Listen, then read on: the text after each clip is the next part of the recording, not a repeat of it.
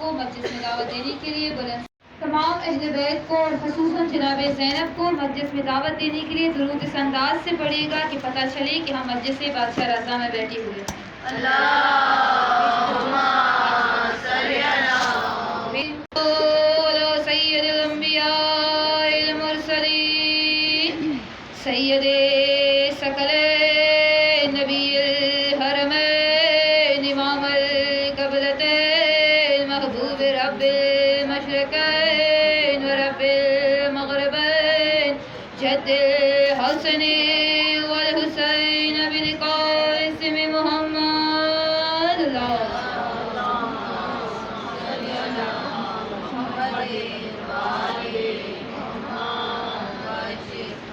الحمد لله الذي جعلنا من المتمسكين بولاية أمير المؤمنين سلطان الأولياء سخن گزار منبر سلونی سرور مسلبی ابن امن مجنبی در حلتا ماہر برج انما شہ سوار لاپتا پیشوائے انبیاء عروت الوثقا فتن اولیاء خیر المومنین امام المتقین اسد الزاہدین لنگر آسمان الزمین نور اللہ عین اللہ حسن اللہ باب اللہ جنب اللہ وجہ اللہ صد اللہ من غالب جانم علی ابن ابی طالب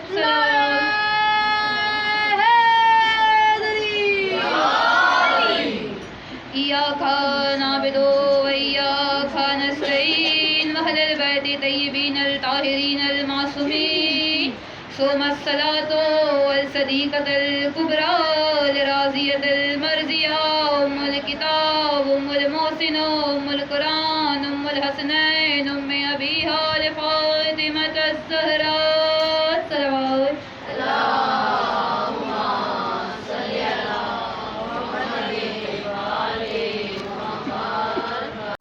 قال سبحان فی کتاب المجید وقر فرقان الحمید سلامتی امام زمانہ کے لیے ہاتھ بلند کیجیے گا اللہم صل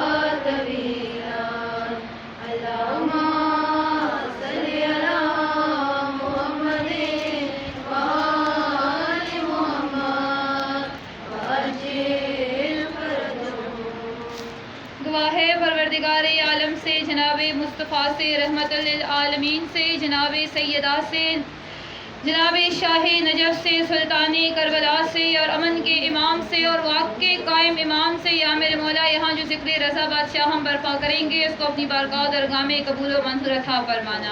اس ذکر کی صدقے میں تمام جو میرے سامنے محفل بیٹھی ہوئی ہے علی ولی اللہ تک آخری سانس تک قائم و دائم رکھنا۔ یا میرے مولا یہاں جو مجمع میرے سامنے بیٹھے ہوئے ہیں یہاں سے اٹھنے والے کی تمام مشکلات کو آسانیوں میں تبدیل عطا فرمانا۔ ان کے گھروں میں جو مشکلات ہیں ان کے دلوں میں جو دلی مرادیں ہیں تمام مرادوں کو صدقے ذکر بادشاہ رضا قبول و منظور عطا فرمانا۔ جو نوجوان بے روزگار ہیں علی اکبر کی جوانی کے صدقے میں قاسم کی جوانی کے صدقے میں تمام کو جلد از جلد شاندار سے شاندار روزگار نصیب عطا فرمانا۔ جن گودیوں میں اولاد نہیں ہے ان کو شہزادی سکینہ کو اور شہزادہ علی اصغر کا ماتمی بیٹا بیٹی خیر و خیریت سے جلد از جلد انہیں عطا فرمانا۔ جن بہنوں کے نصیب بند ہے بی بی کبریٰ کی نصیب کے صدقے میں جناب سکینہ کے نصیب کے صدقے میں ان کی نصیبوں کو اچھی جگہ پہ جلد از جلد کھول کے علی علی کرنے والا بندہ نصیب عطا عطا فرمانا۔ جن بچوں نے امتحانات دیے ہیں امتحان سکینہ کے صدقے میں تمام کو شاندار کامیابی نصیب عطا فرمانا۔ خصوصاً میری بہن کشمالہ کو امتحان حسین کے صدقے میں امتحان عباس کے صدقے میں شاندار کامیابی نصیب عطا فرمانا۔ جن کے گھر نہیں ہے جناب زہرا کے اجڑے گھر کے صدقے میں شاندار سے شاندار گھر انہیں جلد از جلد نصیب عطا فرمانا۔ جو بیمار ہیں جناب سید سجاد کے صدقے میں جناب بی بی سہرا کے صدقے میں ان کو جلد سے شفاء کلی نصیب عطا فرمانا۔ خصوصاً کچھ مومنین مومنات نے بیماری کی دعا کی اپیل کی ہے، یا میرے مولا میں یہاں ایک ایک کا نام نہیں لے سکتی، جو بیمار ہے جناب سہرا کے صدقے میں جناب سید سجاد کے صدقے میں چینو آنٹی دعا کے لیے حاجت مند ہے کہ بیمار ہے، یا میرے مولا ان کی جو بھی بیماری ہے جس کی جو بھی بیماری ہے تمام کو شفاء کلی اور شفاء کاملہ نصیب عطا فرمانا۔ یا میرے مولا میری پپو بیمار ہے روزینہ پپو، یا میرے مولا جناب سہرا کی اور اکبر کی جدائی کے صدقے میں ان کی بیماری کے صدقے میں تو ان کو شفاء کلی نصیب عطا فرمانا۔ بادشاہ رضا کے ذکر کے صدقے میں ان کو شفاء کلی نصیب عطا فرمانا۔ یا میرے مولا مرنے سے پہلے تمام عاشقان حسین کو دیدار امام زمانہ نصیب عطا فرمانا۔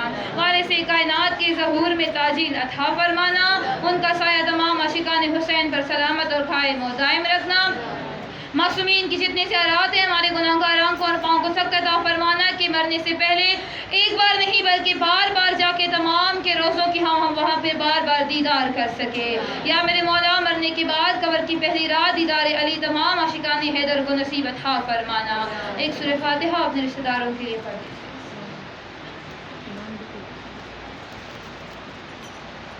سے پہلے کچھ اعلانات سماعت فرمائیے گا۔ کل بروز ہفتہ یعنی 17 سفر کو فوزیہ آنٹی کے گھر خیبر انکل کے گھر پہ جناب مجلس برپا ہوگی۔ تمام مومنین سے مومنات سے گزارش ہے کہ بوقت 2 بجے وہاں تشریف جا کر ثواب دارین حاصل کریں کل بروز ہفتہ 17 سفر کو۔ اور اس کے بعد چونکہ چیلم کے مجالس کا آغاز ہونا ہے تو بروز پیر یعنی 19 سفر کو اور بروز منگل 20 سفر کو 27 اور 28 سپتمبر کو 19 اور 20 سفر کو اسی امتنانہ امام بارگاہ میں چیلم کے مجالس ہوں گے بوقت 2 بجے۔ تمام مومنات سے گزارش ہے کہ وقت کی پابندی کے ساتھ شرکت کر کے جناب زینب کو ان کے بھائی کے چہلم کا پرسہ دینے کے لیے تشریف لے جائیے گا۔ بلند آواز سے درود پڑھ دیجیے گا۔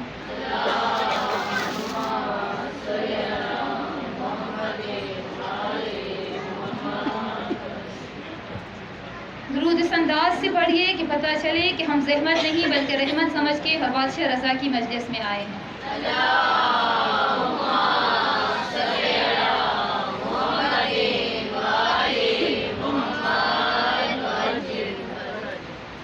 اجازت ہے ذکر کا آغاز کیا جائے۔ بسم اللہ۔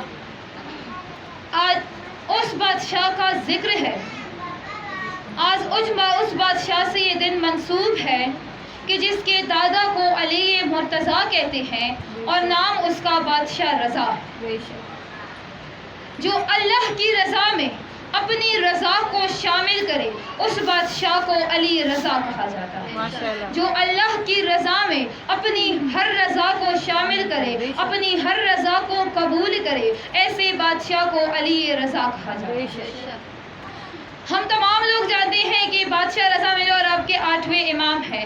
8ویں امام یعنی 7ویں امام تک تمام جتنے بھی دشمن تھے ہر ایک نے کوشش کی ہے کہ وہ وقت کے امام سے بیعت لے لے، وقت کے امام سے بیعت لے کے خود امامت کا دعویٰ کرے، لیکن کسی امام نے ایسا موقع کسی بھی دشمن کو نہیں دیا۔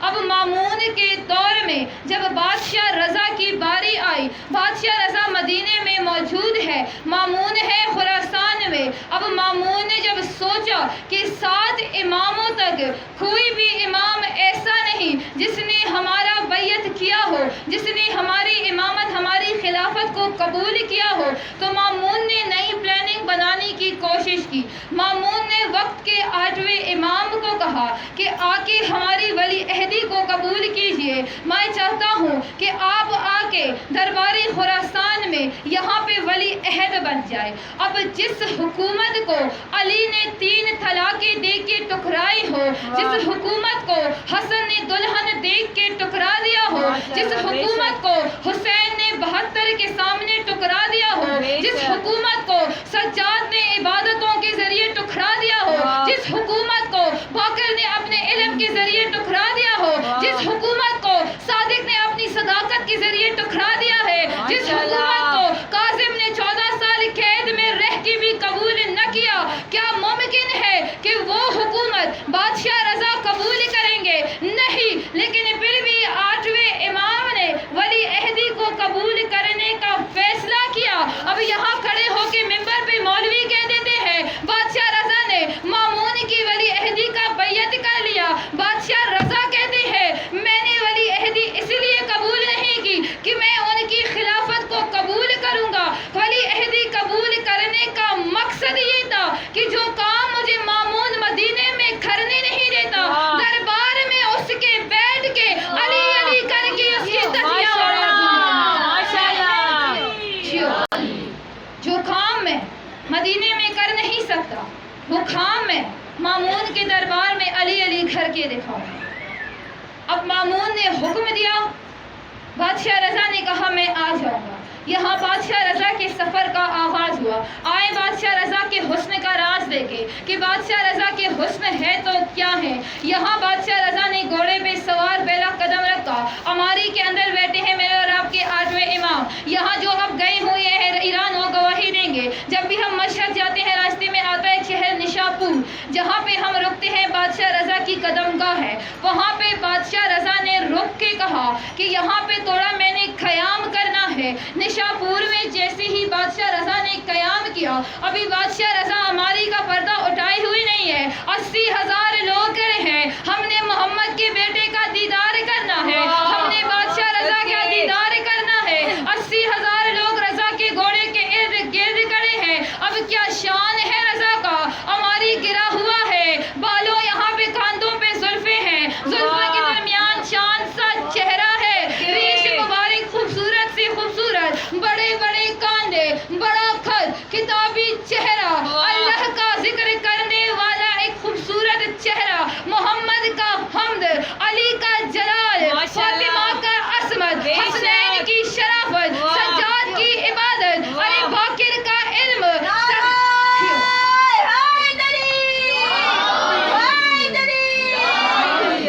اللہ کا حمد لے کے، محمد کا عظمت لے کے، علی کا جلال لے کے، فاطمہ کی عصمت لے کے، حسنین کی شرافت لے کے، سجاد کی عبادت لے کے، باقر کا علم لے کے، صادق کی صداقت لے کے، کاظم کی غیبت کا انداز غیبت لے کے، سچ یہاں پہ بادشاہ رضا نے پردہ اٹھایا۔ یہاں 80,000 لوگوں نے جیسے ہی رضا کو دیکھا، 80,000 نے یک زبان ہو کے یک وقت کہنا شروع کر دیا آج تو محمد کا دیدار ہو گیا ہے، آج تو علی کا دیدار ہو گیا ہے، آج تو محمد کا دیدار ہو گیا ہے۔ آج ہم نے حسن محمد دیکھ لیا، آج ہم نے حسن علی دیکھ لیا، آج ہم نے حسنین کی شرافت دیکھ لیا، آج ہم نے فاطمہ کی عصمت دیکھ لیا۔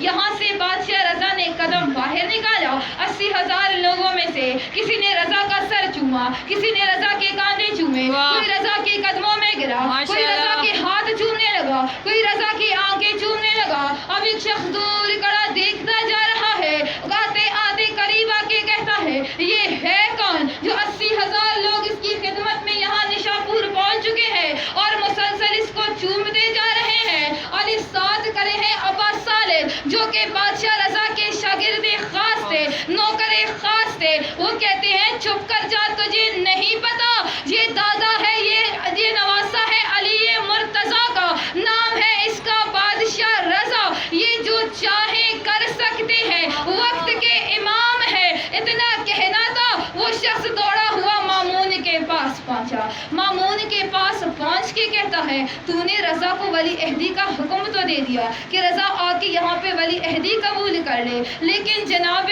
رضا کے تو ابھی سے اتنے ہی عاشق ہیں کہ کوئی اس کا ہاتھ چوم رہا ہے، کوئی اس کا پاؤں چوم رہا ہے، کوئی اس کا سر چوم رہا ہے۔ مامون کہتا ہے میرے دربار میں رضا کو آنے۔ اب رضا آئے ہیں مامون کے دربار میں، پہلا قدم رکھا مامون کے دربار میں۔ اب رضا کہتے ہیں مامون سے حکومت تو جانے، خلافت تو جانے، سیاست تو جانے، ان سے میرا کوئی کام نہیں ہوگا، لیکن جب جب مذہب کا معاملہ ہوگا، ہر مذہب کے معاملے میں مامون تیرا کوئی کام نہیں ہوگا، جو حکم بادشاہ رضا دے گا مذہب کے معاملے چلے گا. بے شک. کہا ٹھیک ہے. اب دنیا جہان کے لوگ شیعوں کے کاندھے پہ امام ضامن دیکھ کے بڑے حیرت سے کہتے ہیں یہ سبز کلر کی پٹھی کیوں پہنی ہے, یہ سکہ آپ لوگوں نے پہنا کیوں ہے؟ ہم ایگزامس کے لیے جاتے ہیں برسر عام, ہم پہنتے ہیں بادشاہ رضا کا یہاں پہ امام ضامن, ہم سفر کو جاتے ہیں ہم برسر عام پہن لیتے ہیں امام ضامن, ہم بیمار ہوتے ہیں ہم پہن لیتے ہیں امام ضامن. کوئی بھی آتا ہے پہلا سوال ہوتا ہے یہ سبز کلر کی پٹی آپ کی مدد کیسے کرے گا, یہ آپ کو بچائے گا تو کیسے بچائے گا, اس کے اندر کیا ہے؟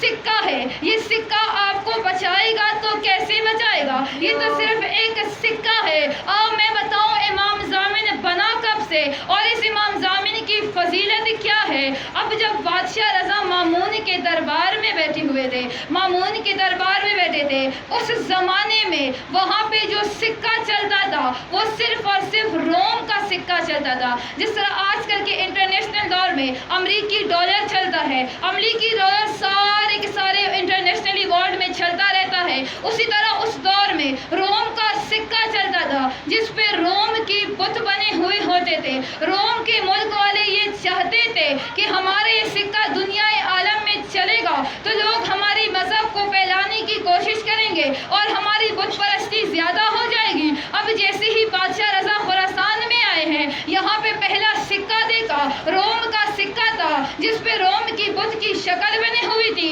علی کے چہرے پہ علی والا جلال آیا, جلال آ کے کہتا ہے ارے یہاں پہ بتوں کا سکہ چلتا ہے, دور ہے مسلمانوں کا, اسلامی ملک ہے یہ اور سکہ یہاں بتوں کا چلتا ہے. مامون یہ تو نے کیا ڈرامہ مچا کے رکھا ہے, یہاں سکہ تبدیل کر لے, تمام اسلامی ممالک میں سکہ چلے گا تو صرف اسلامی سکہ چلے گا. مامون کہتا ہے ٹھیک ہے بادشاہ, جیسے آپ کا حکم ہوگا. بتائیں کیسا سکہ بنائیں, سکے کے اوپر کیا بنائیں؟ کیا خانہ کعبہ کی تصویر نقش کر لے, کیا مسجد نبوی کی تصویر نقش کر لے, کیا روزے محمد کی تصویر نقش کر لے؟ رضا کہتا ہے تو سکہ بنا لے, اس پہ لکھنا نقش کرنا میرا کام ہے. کہا ٹھیک ہے. لوگوں کو حکم ہوا تمام اسلامی ممالک میں جو سکہ رضا چلائیں گے وہ سکہ چلے گا. اب اتنا کہنا تھا, یہاں سکہ بنانا شروع ہوا, سکہ بنا. بادشاہ رضا کے ہاتھوں میں جیسے ہی پہلا سکہ آیا, لفظ ضائع نہ کرنا,